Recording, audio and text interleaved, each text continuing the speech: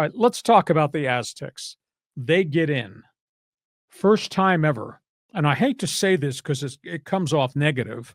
San Diego State has to be like Norfolk State or Johnson C. Smith.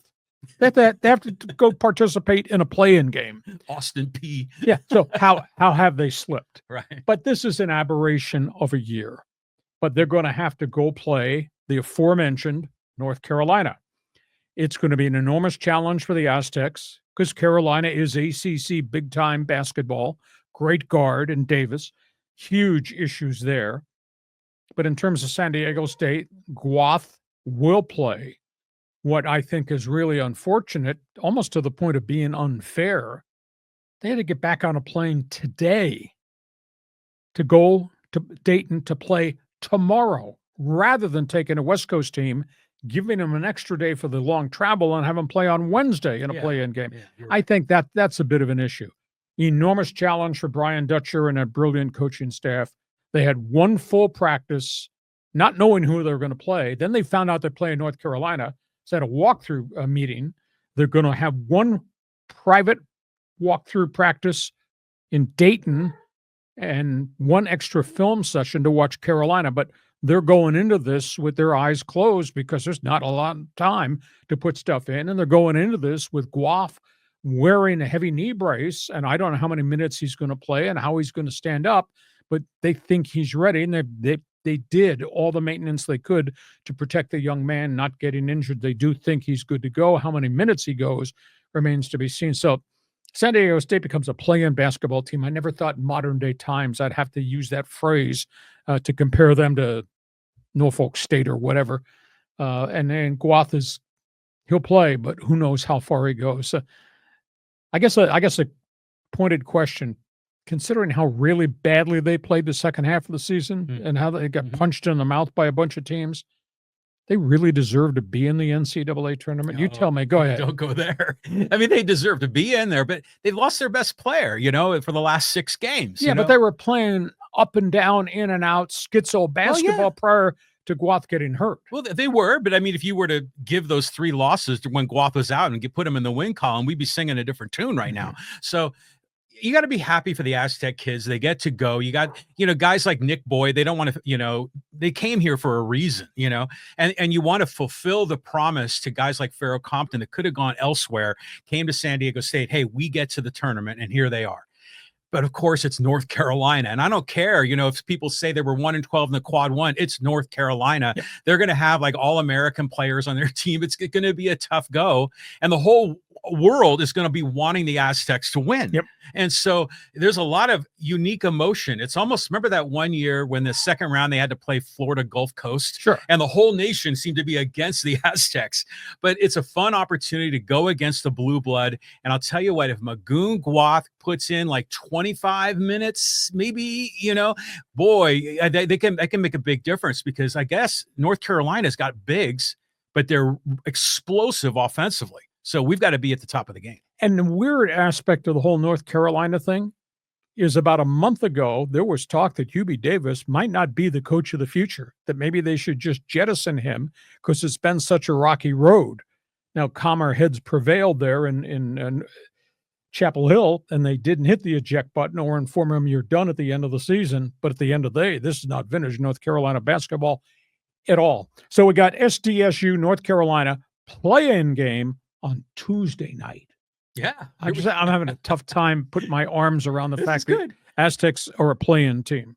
Well, yeah, they get a chance. They're in the dance. And that's, remember, your old buddy, AJ Smith, the general manager, said that. Just get into the playoffs. So here they are. UCSD is in 30-4. Phenomenal season. They're going to get the chance to play. But now they're not playing in the Big West Conference. They played nobody of big-time note, but they went 30-4 because that is collectively a really complete basketball team with all types of players, all types of skills, little bit of grit, and not afraid to move the basketball around. But they got to play Michigan. They got to play Michigan with all of its 5-star recruits. Michigan, which got to the championship game of the Big Ten Conference and is playing much better basketball now than they were earlier in the season. I don't know if they have a chance in this one. They're going to have to hit threes, I think, to be the great equalizer. But what a congratulations. What Eric Olin has done on the Hill, you have the right, being a UCSD graduate, Mhm. might have taken you 7 years to get through there. You have a right to be a pompous ass Triton fan. Yeah. Hell yeah. But the offer expires at midnight tonight. Oh, it's a 12-5 matchup, and this is where the fun happens in this tournament. I mean, I can't emphasize how historical this is for UC San Diego to be Division I in the first place and to win the conference and be in the bracket against Michigan. Of all people. And you're like, what? I mean, we were playing at Harvey Mudd, Claremont Colleges, Biola University. We were playing just with all due respect to those schools, tiny religious schools and research institutions that had like maybe 600 total students, and UCSD at the time had like 10 to 12,000 when I was there. So we usually had a pretty good squad for D3, but we were D3 and no one cared. No one cared about sports at UCSD. And then it got crazier because the students and the professors were sort of pompous about the fact, oh, we don't want those Division I full scholarship, athletic rye guys here. We're an elite academic university. We don't need any of that. And here I am. I'm a student and I love sports. And it was like my one regret about that school. It was a great school in every single category, except we were like a very low D3 school. And to see them 20 years or however many, it's almost 30 years since I graduated. My God. Since I asked you to leave. Yeah. Well, not 30 years. I'm doing my math. I'm all goofed up. Like 40 years. I graduated in 87. So the fact that they're in this bracket to play, the team that was the Fab Five, it's just mind boggling. And then what was it? One of the guys on CBS was saying that he thought that they could get to the Sweet 16. He saw the Tritons upsetting Michigan and then Yale in the next round. In the battle of the Ivy League baccalaureates in the second round. Yeah, right. They have a scoreboard of Nobel prizes. So this is just insane what this represents. Okay.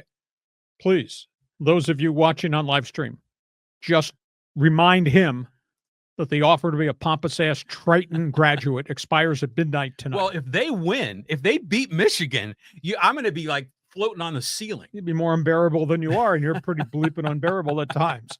Let's talk women's basketball. Congratulations, Lady Aztecs. Yeah. Holy cow, what a great season they put together. They have every combination of bigs, speed, skill, defense, and I love the coach's philosophy, we over me. Share the basketball. And the Lady Aztecs have had a phenomenal run, and they're in the tournament.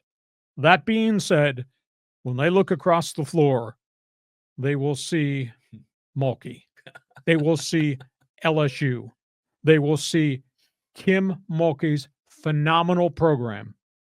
She's got 4 NCAA rings in her career, and the Lady Aztecs are going to play the Lady Tigers. Kim Mulkey's record is 119-19 since she went to Baton Rouge. What an enormous challenge for her. And UCSD's women came from nowhere to win the Big West tournament, and they're going to play a play-in game against Southern University of Louisiana in their first time ever.